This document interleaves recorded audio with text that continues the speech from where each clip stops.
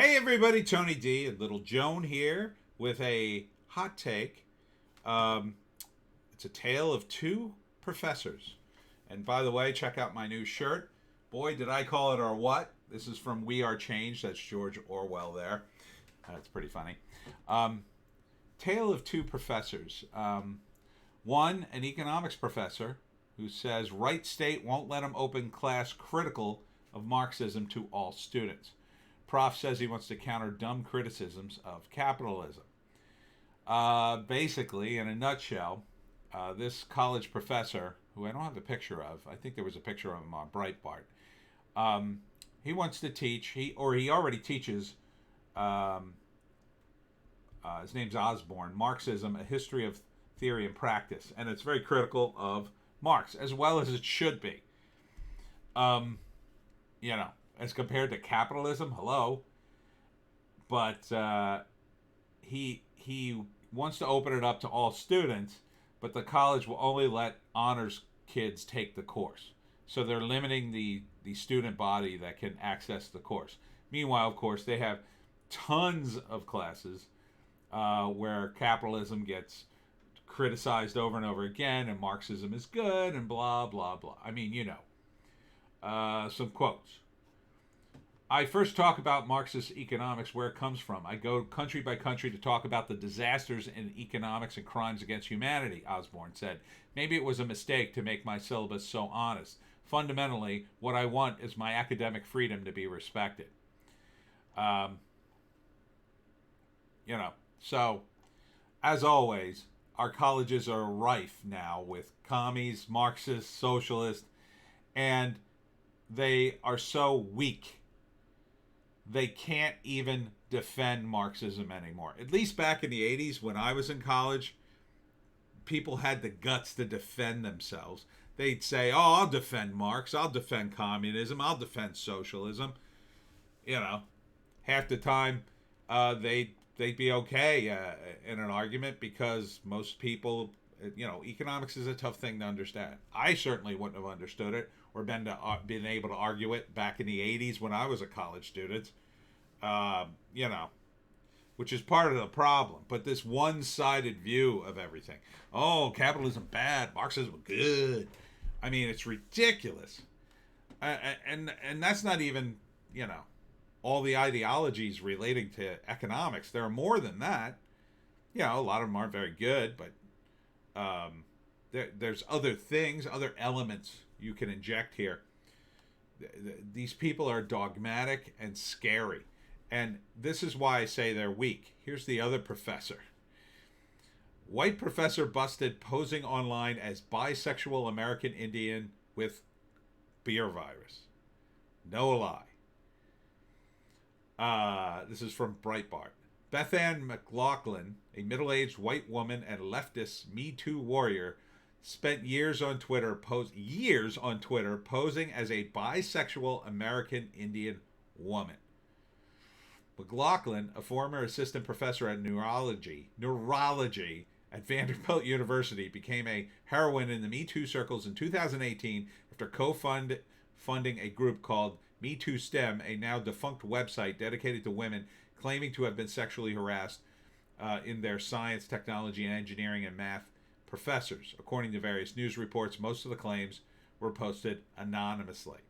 And I would argue, I would suspect that a lot of those on her site were fake because she was posting her own fakeness. That's just my theory. I don't have any proof, but I would think that's the case if she would go to all this trouble. She created a completely different persona. And this is according to the far left New York Times. That's the way Breitbart calls it. It's accurate. The non-existent at Sciencing By was an active participant in the Corner of Science Twitter that frequently discussed issues of sexual misconduct in the sciences and claimed to have fled the South because of their oppression of queer folk. So Sci-Bi was the short. And the giveaway apparently was that her fake account kept supporting her real self, right? And went out of the way. And then not only did she stage that, Then, sciencing by died of the beer virus. It was McLaughlin who used her own Twitter account to announce sciencing by's passing, and the result was a number of online tributes written by people who had been fooled, as well as a Zoom memorial. Yes, you read that correctly, says Breitbart. McLaughlin went so far as to hold a Zoom memorial for her fake Twitter account. This is unbelievable. And this woman was a professor, well, an assistant professor, but still, she taught college. This is what college has become. And I gotta say, and this is no personal slam, but she, to me, looks weak. Because she's heavy set, and when you're heavy, I think you're weak. I think you're weak when you're that heavy. She looks very heavy to me. And she was in the medical sciences. She should know better. It's very unhealthy to be that heavy, in my view. And again, that's not a personal attack. I just find it telling that, look, I'm no thin mini. I've always been sort of hefty, but I'm not obese. I get around. I don't have a heart condition, you know? When you're that heavy, I mean, you could start developing diabetes. You know, the other kind, not the kind you're born with. But listen to, you know, this is what she's wasting her time. This fake Twitter and fake, memorial. She milked the loss for all it's worth, says Breitbart. And some quotes from her, I assume. I don't know what her students or my students who loved her will do. She made the First Nations indigenous contacts for Me Too STEM. I don't have the lifetime of goodwill or knowledge of everyone she helped. This is a totally fake account. This is how far people are willing to go to stay a victim, they're addicted to that sympathy. That sympathy people have. They can't get enough of it. And again, it's not all, but a lot of them are women. Women, I think, are more prone to this than men. I don't know if there's been a study, but that would be my guess. I have personal experience with some women I know who were addicted to this kind of stuff. They couldn't get enough. They couldn't get enough of the validation, I think. She says, looking at her side of the bed and crying, just a lot of crying. I literally can do nothing. No funeral service. I can't get her stuff out of quarantine. Just crying and reading text. This is her fake Twitter account she's saying this about. So first off, is she even crying? Probably not, right? That's just her thinking, oh, this will be good. Oh, people will feel sorry for me then, I guess. No one has ever had my back like that. I don't know what I'm going to do. I mean, it just goes on and on like that. Two factors appear to have led to McLaughlin's scam unraveling. The first was that no one could find any proofs sciencing by was real, and what facts she did reveal proved untrue. The second was how much energy sciencing by put in defending and championing McLaughlin. Now McLaughlin has confessed. I take full responsibility for my involvement in creating Sciencing By's Twitter account, she told the Times through an attorney. My actions are inexcusable. I apologize without reservation to all the people I hurt. Milking it like one last time, that victimhood. In our own weird way. So the article ends, if America is so racist, sexist, and homophobic, why would a white woman create a bisexual female Hopi Indian to be her online champion instead of an old white Protestant man? Kind of makes you think. This is from John Nolte.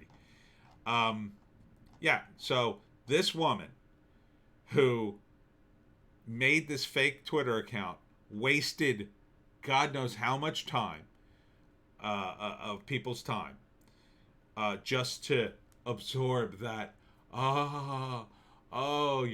You feel bad for me. Oh, your pity sustains me. That. Meanwhile, you got a guy, he wants to teach more classes. He wants to teach students and teach them things, regardless of whether or not you believe in capitalism. I'm sure most of my viewers do. But if you don't, I mean, what's the big deal? You don't think Marxism could stand up to a little scrutiny? I mean, it must not be a very good ideology if it can't. It can't, by the way. So, you know, you got the one professor he wants to teach. You got this other professor who, in my view, is just wrapped up in her own narcissism. Oh, tweet to me, please. Tweet to me. Pay attention to me. This is what, well, I guess it's more than just our universities. But these people, you know, they're in our university teaching people. People, you know, when you go to college, you depend upon your college professors, right? You're coming out of high school. You know, the teachers were some sort of authority figure. And then you go to college. You haven't totally broken that. And you're paying all this money. These are the people that are teaching you. This is the idiocy that goes on. And this is why college has become worthless. You know, we really need to defund colleges. The government, the government needs to cut their money. Cut it severely, to the bone. I'm not saying get rid of college. I'm saying defund it. Cut it back. So the colleges are forced to pick real classes and real majors that people will actually want to have to get real jobs. And, you know, this woman was all about stem cells. Not stem cells. The STEM, the sciences. And getting people in that program. She's probably pushing women, but fine, whatever. Women and men. We need them.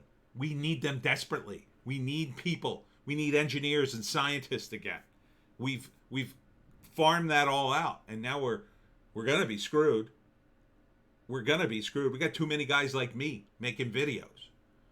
It's too late for me. I can't become a scientist now. Sadly, I probably would have been okay. Not great. I kind of don't pay attention.